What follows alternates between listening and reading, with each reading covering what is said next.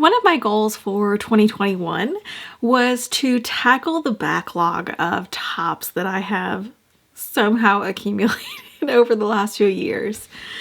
These were all quilts that I finished the top of, and they went into the 2-quilt queue, but never made it to the front. Part of that was lack of time, and part of that was some of them not so excited to quilt. But now that I have a new fancy computerized long arm, it's time to start tackling them, because now I have the option to do an all-over computerized design on the ones that I'm not so excited about, or the ones that are really busy and won't really benefit from all of my custom quilting. So I'm going to dig out all of my tops and make a pile, and then we can decide their fate. So I'm at the back of my long arm here because there's this nice kind of table to work on, and I have my big stacks of quilt tops that need to be quilted. And I'm not exactly sure how many are here, but I'm guessing about 20 or so. And there are a few more kind of sprinkled around the house, and I have actually finished a few. So I have already gotten the number down a little bit. So the first thing I'm gonna do is pull out the ones that I know I want to quilt one way. So I know that this is my gradient quilt, my orange aqua magenta gradient quilt. This quilt has so many patterns and it's so busy that I know that I'm going to do a computerized all over design on this.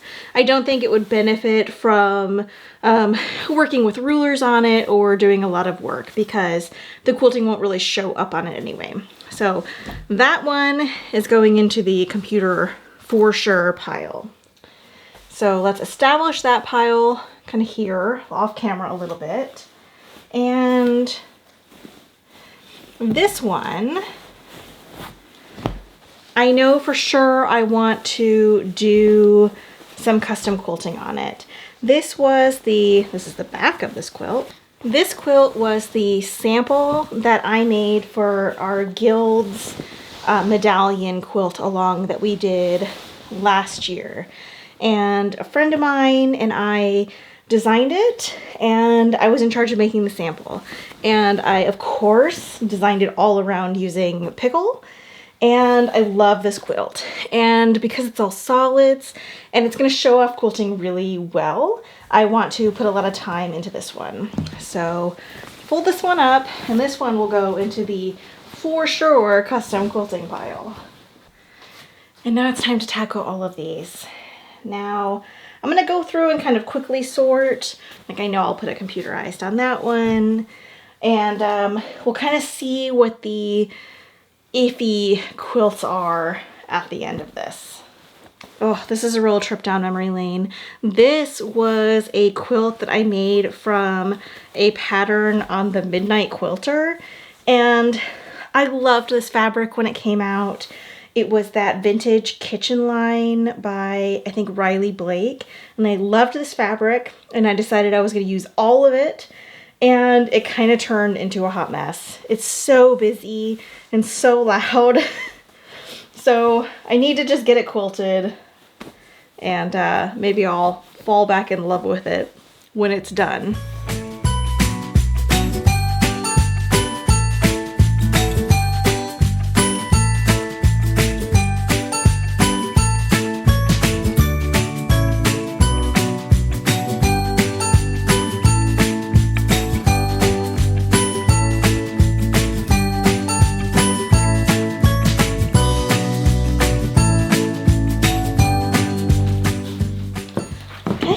Baskets here. This is my custom pile. So I don't really have a particular order that I'll tackle these in. I'll probably dig through the bin when I am inspired to do some custom quilting. But I actually am really tempted to start with this pickle medallion quilt that I love so much. So that might be the next custom job that I do for myself. And then here is my computerized pile. Now let's see, 1, 2, 3, 4, 5, 6, 7 quilts. So these will be the easiest ones to kind of get through. And I think that I'm going to start on those maybe today. Maybe I will load the first one right now. So yellow cat and kittens or a jelly roll jog. Also kind of vintage kitchen apparel.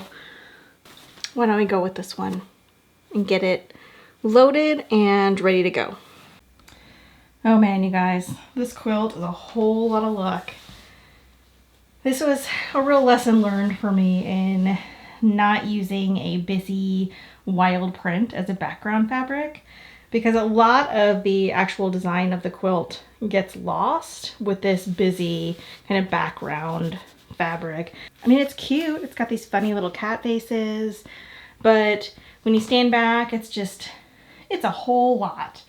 So I think I'm gonna pick kind of a simple all over design with maybe some yellow thread so it blends a little bit. And then this quilt will be ready for some snuggles. I do need to decide on a backing fabric. I've got some solid options. Is that orange a good match for those cat faces? That matches pretty well to this peppered cotton orange. That is a solid option.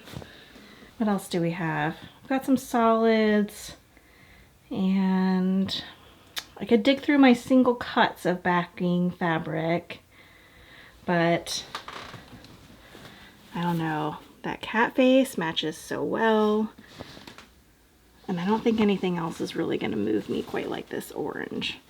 So that might be the winner. Well, it is pouring outside, so my lighting is terrible, but I did finish my super loud yellow quilt, and now that it is all quilted and bound, I'm really in love with it. I really enjoyed finishing this quilt. It has been in my 2 quilt pile for at least a year. I had been putting it off because I remembered it being pretty terrible, but once I pulled it out again, I did kind of fall in love with it all over again, and I picked this really fun kind of firework looking design to quilt all over it with a bright yellow thread, which I think really shows up nicely on the purple backing. I did decide to go with that purple back instead of the orange, and I'm really glad that I did. Even though there's no purple in the fabric on the top, I feel like the purple just goes better with the quilt than the orange did. So now that this one is done, it is time to plow through the rest of my 2 quilt pile. I think I'm going to jump back in with another computerized all over design quilt top so that I can finish it quickly, because I do have another quilt that I need to get on the frame pretty soon. So I only have a day or 2 before that needs to go on. So I guess next time I will take you along for another quilt finishing journey. Until then, there are plenty of videos on my main channel, as well as more upcoming content here as well. So I hope you guys have a lovely day. I hope you have better weather than I'm having right now. And happy quilting!